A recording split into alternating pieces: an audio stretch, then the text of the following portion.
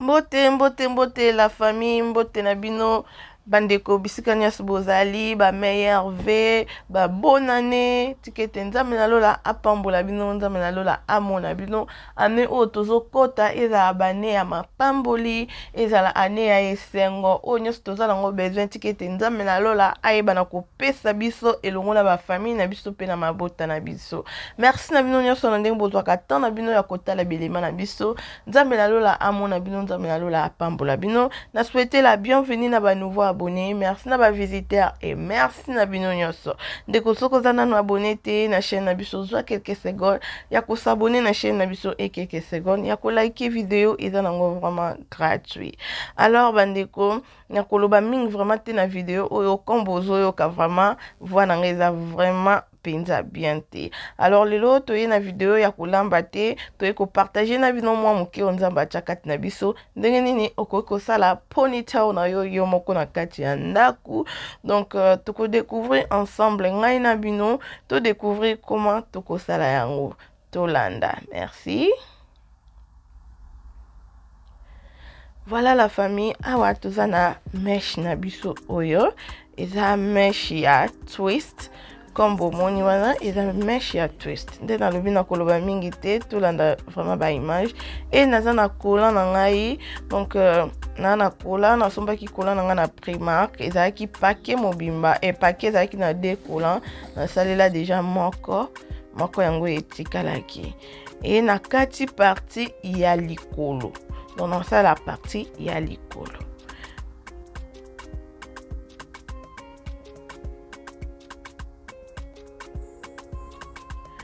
Donc pour l'étape oyo soki okomona ngo musala ebele okokosomba oyo déjà basala. Donc na kati des parties et na sangisi yango parce que na lingi ça un peu moins épaisseur na lingi te la pepele. Donc okoki kosomba oyo déjà basala soko moni oyo bo et tout ça na besoin ya lacet na biso. Voilà.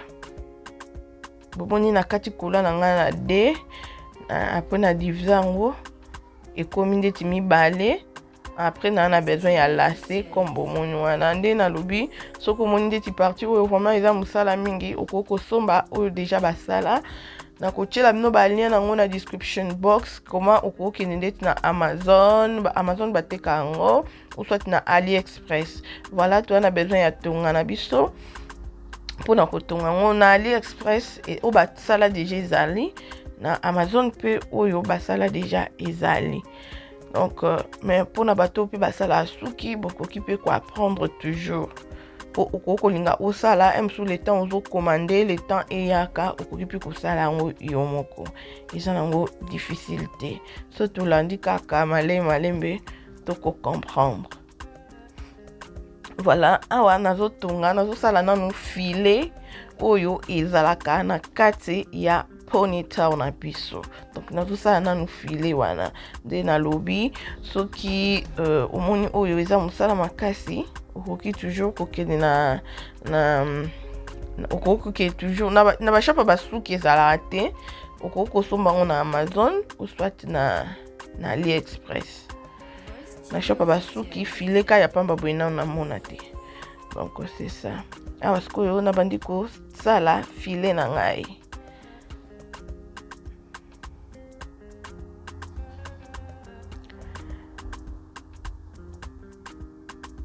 Donc c'est ça, hein? Malgré tout, santé au déranger moi moké, mais pour na kosepelisa bino ba ya biso ya Voice TV officiel, toza obligé à poster quelque chose, to ko tika bino ka te boye pendant temps moulai sans ko poster eloko donc tolobi pourquoi pas lelo to na vidéo ya cuisine te moi ba talent on nzamba teka na biso za moi ebele alors pourquoi pas tout partager yango to soki ka na cuisine te. Donc c'est ça.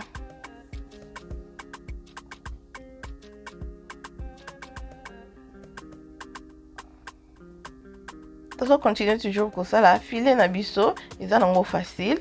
Donc so olandika bien okoko na yo yango tango zo tonga filet na yo lase wana oyo tie na kati kotonga lase te. Lase il faut etikala, donc yo tonga kaka filet na yo ekota na kati ya filet. Lase wana tika yango na kati kotonga yango te, parce que soki kotonga yango ekozala na kokobenda yango te. Lase wana eza po permettre yo ntango otie filet na yo, ntango kotia ponytail na yo na mutu. Toyebi ke ponytail ezala na singa moko na nsima oyo epermetaka biso tobenda mpona ponytail na biso ekangama. Donc nga nasaleli lase, donc kotonga lase wana te. Lase wana fo ezala loose na kati ya filet na yo. Voilà, bokomona na olakisa bino ndenge nazobenda yango.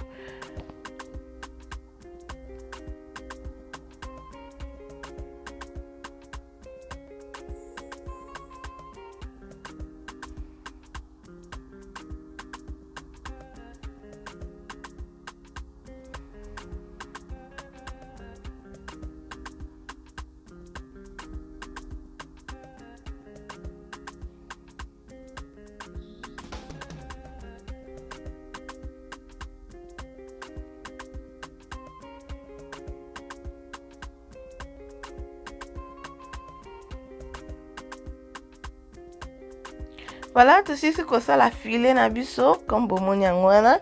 Donc tosisi kosala filet na biso. Voilà, donc omoni ebimi nalingaki eza mwa épaisseur bon, nalingaki ezala te pep, nalingaki ezala vraiment pepele te. Donc c'est ça. Awa sikoyo bomoni lase na nga ndenge ezobendana. Donc na benda na gauche, na benda na droite. Donc c'est ça. Donc il faut ezala bon toyebi singa na batiaka wana na sima wana ebendanaka. Voilà, ce qu'on a dit na kata.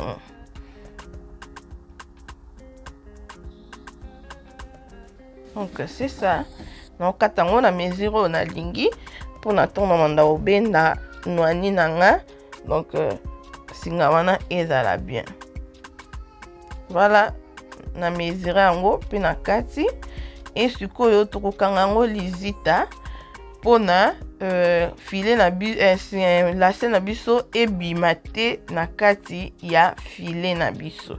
Nakangi yango 3 lizita eko permettre que jamais lase oyo ekobima na kati ya filet etikalika wana. Donc nakobenda ngo gauche droite ezobenda na nango mais ekobima te parce que lizita wana oyo nakangi eko permettre te lase ebima. Voilà, comme ça. Et sikoyo tokomi na étape na biso oyo tolingi to banda kosala ponytail na biso.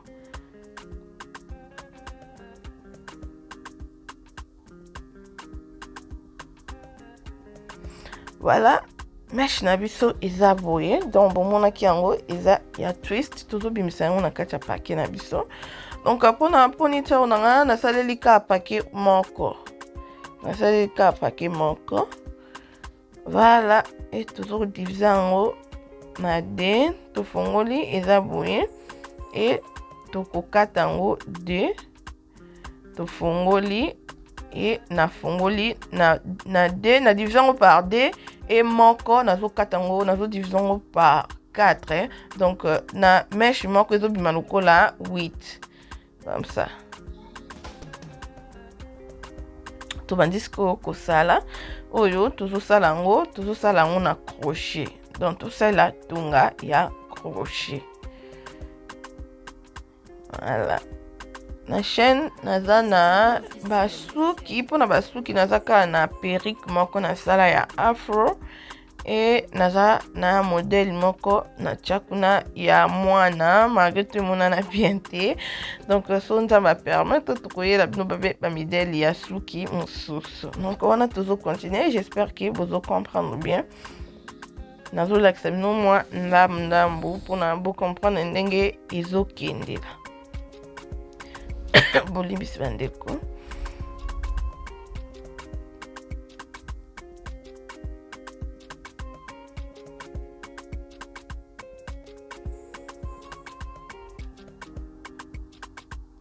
Donc trop partager na bino oyo mwa moke oyo biso toyebi oyo nzambe atie kati na biso tokoko bomba ngo mpona biso moko te esengo na biso ezali to partager pe na bandeko mosusu.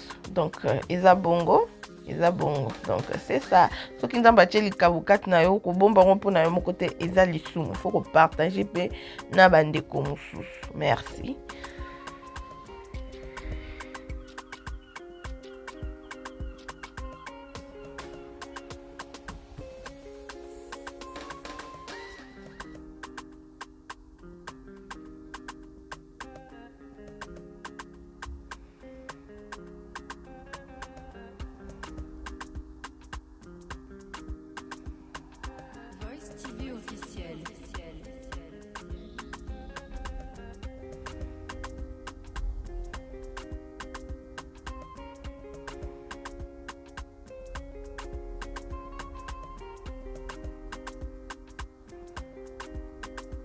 Voilà la famille, aussi ici kotunga ponytail na biso bomoni yango ndenge ebimi afro mais ekotikala boye te. Donc bomoni filet nanga na kati boye. Donc c'est ça boye toza nanu wana tozo continuer zala toujours wana et tozongisi yango na kati ya mutu wana tozotia toujours et tozwi ba obabenga yango suli eza ba pen oyo toyebi oyo tokotiaka wana na mutu nde nalobi na motiela bino nasombaki yango na Amazon. Na Amazon je crois eza 24 pièces. Nasombaki yango eza 24 pièces, je crois bien eza na 5 livres mpona bato basala suki. Donc oyo eza 24 pièces eza na 5 livres eza ba prix ebele par rapport ça dépend ya ba combien de pièces oyo olingi totongi yango bomoni. Et awa eza étape oyo tokomi nango vraiment faut zala na patience parce que nga nalingi kotika yango afroté. Donc nalingi kotika yango afroté nalingi ezala un peu moins curly.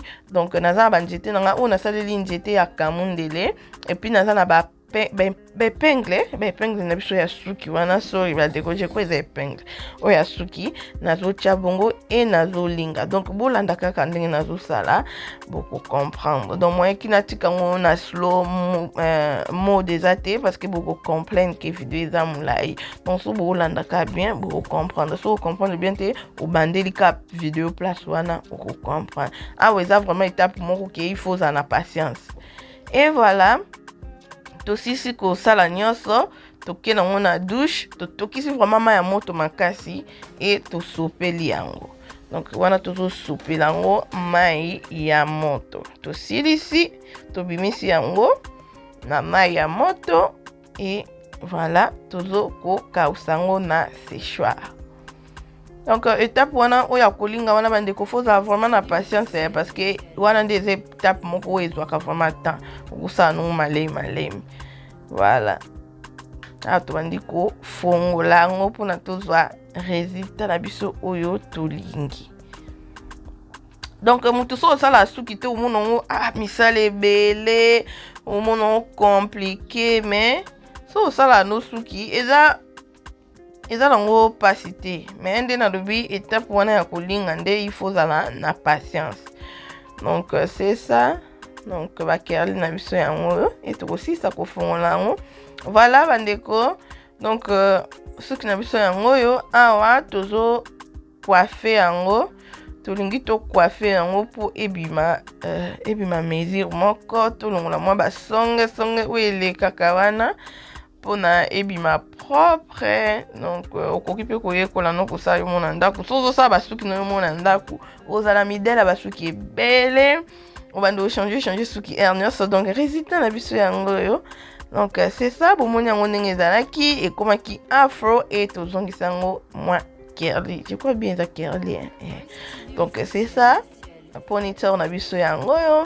So bosepeli na vidéo aimer partager commenter. Donc ekozala malamu mingi. Merci na bino bandeko. Donc tolobi ba meilleur ve na bino nzambe apambola bino. Mpona lelo tosuki awa tokutani na mbala ya nsima. Bye bye.